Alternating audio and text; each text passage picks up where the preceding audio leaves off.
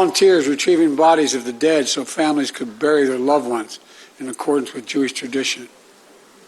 Reservists leaving behind their families, their honeymoons, their studies abroad, without hesitation, and so much more. The State of Israel was born to be a safe place for the Jewish people of the world. That's why I was born.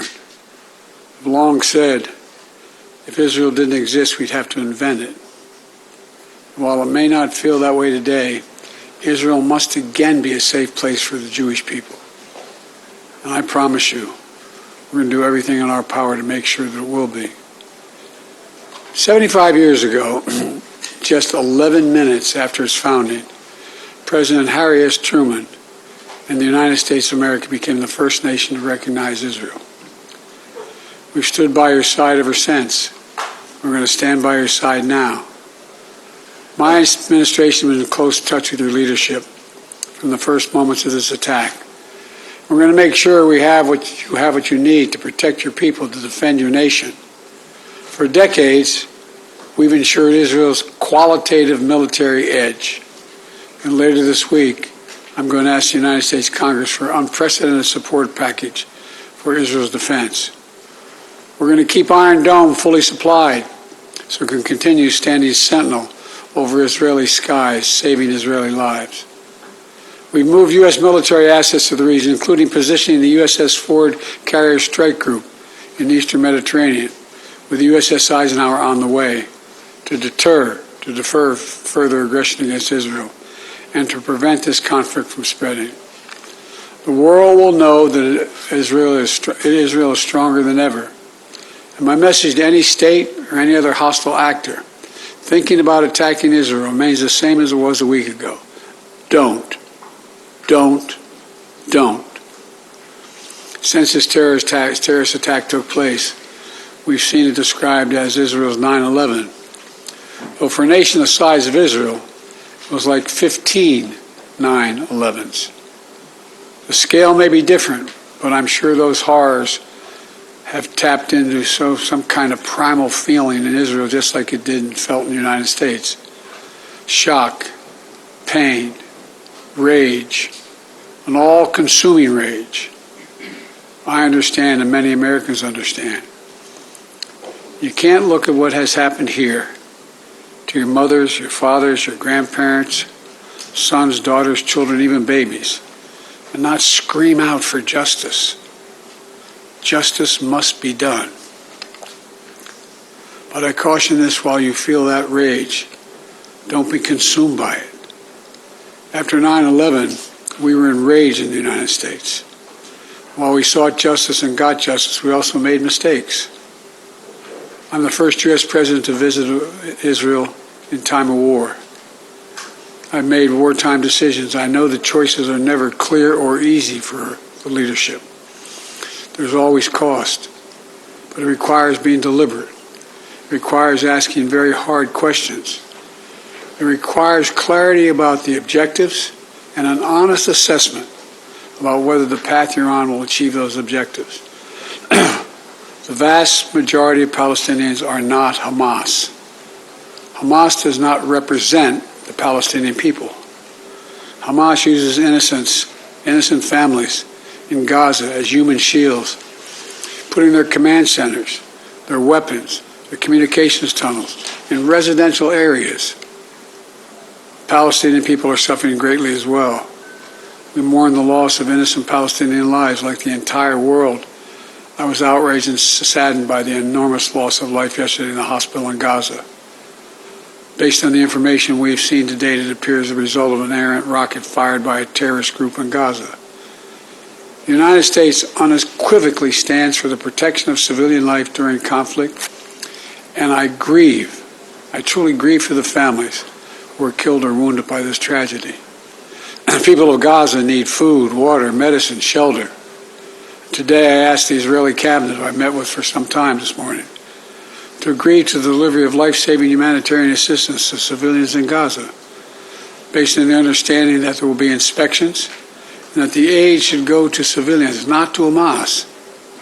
Israel agreed the humanitarian assistance can begin to move from Egypt to Gaza.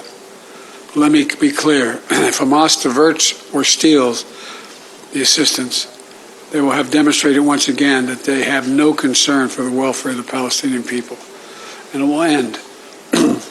As a practical matter, it will stop the international community from being able to provide this aid. We're working in close cooperation with the government of Egypt, the United Nations, and its agencies like the World Food Program and other partners in the region to get trucks moving across the border as soon as possible.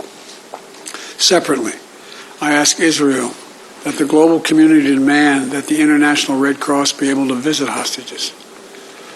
I just demanded that the United States fully supports. Today, I'm also announcing $100 million in new U.S. funding for humanitarian assistance in both Gaza and the West Bank. This money will support more than 1 million displaced and conflict-affected Palestinians, including emergency needs in Gaza. You are a Jewish state. You are a Jewish state, but you're also a democracy. And like the United States, you don't live by the rules of terrorists. You live by the rule of law. And when conflicts flare, you live by the law of wars. What sets us apart from the terrorists is we believe in the fundamental dignity of every human life.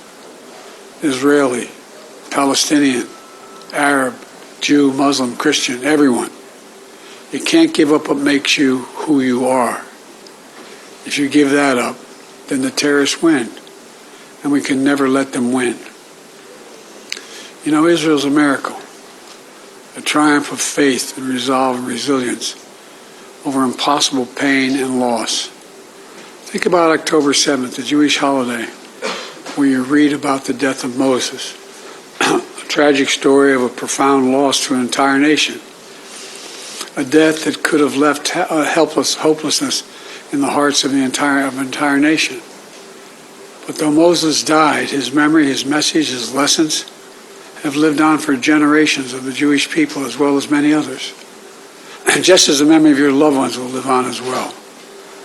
After reading the story of Moses' death, those who observe the holiday began reading the Torah from the very beginning. The story of creation reminds us of two things. First, that when we get knocked down, we get back up again, and we begin anew. And second, when we're faced with tragedy and loss, we must go back to the beginning and remember who we are. We are all human beings, created in the image of God with dignity, humanity, and purpose.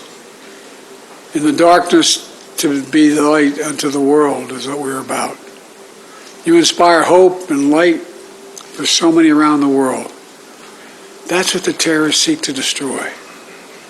That's what they seek to destroy. Because they live in darkness. But not you. Not Israel. Nations of conscience like the United States and Israel are not measured solely by the example or power. We're measured by the power of our example. That's why, as hard as it is, we must keep pursuing peace. We must keep pursuing a path so that Israel and the Palestinian people can both live safely, in security, in dignity, and in peace. For me, that means a two-state solution. We must keep working for Israel's greater integration with its neighbors. These attacks have only strengthened my commitment and determination and my will to get that done. I'm here to tell you, the terrorists will not win. Freedom will win. So let me end where I began. Israel, you're not alone. The United States stands with you. I've told the story before, and I'll tell it again, of my first meeting with an Israeli prime minister 50 years ago as a young senator. I was sitting across from Golda Meir at her desk in her office. And she had a guy who later became prime minister, sitting next to me, just before the 1973 Yom Kippur War. And she flipped the maps up and down, telling me how bad things were and how terrible they were. All of a sudden, she looked at me. She said, "Would you like a photograph?" I looked at her. She got up from her desk and walked out into that hallway. I think it's marble flooring. Walked out in the hallway. We walked out, and there were a bunch of photographers standing in front of us. We were standing shoulder to shoulder. Without her looking at me, she said to me, knowing I'd hear her, "Why do you look so worried, Senator Biden?" And I said, "Worried? Like, of course I'm worried." And she looked at me, and she didn't look. She said, "Don't worry, Senator. We Israelis have a secret weapon. We have nowhere else to go." Well, today, I say to all of Israel, the United States isn't going anywhere either. We're going to stand with you. We'll walk beside you in those dark days, and we'll walk beside you in the good days to come. And they will come. As you say in Hebrew, which I'm not going to attempt to do because I'm such a terrible linguist, I'll say it in English. The people of Israel live. The people of Israel live. Israel will be safe, secure, Jewish, and democratic state today, tomorrow, and forever. May God protect all those who work for peace. God save those who are still in harm's way. Thank you very much. Mr. President, what is your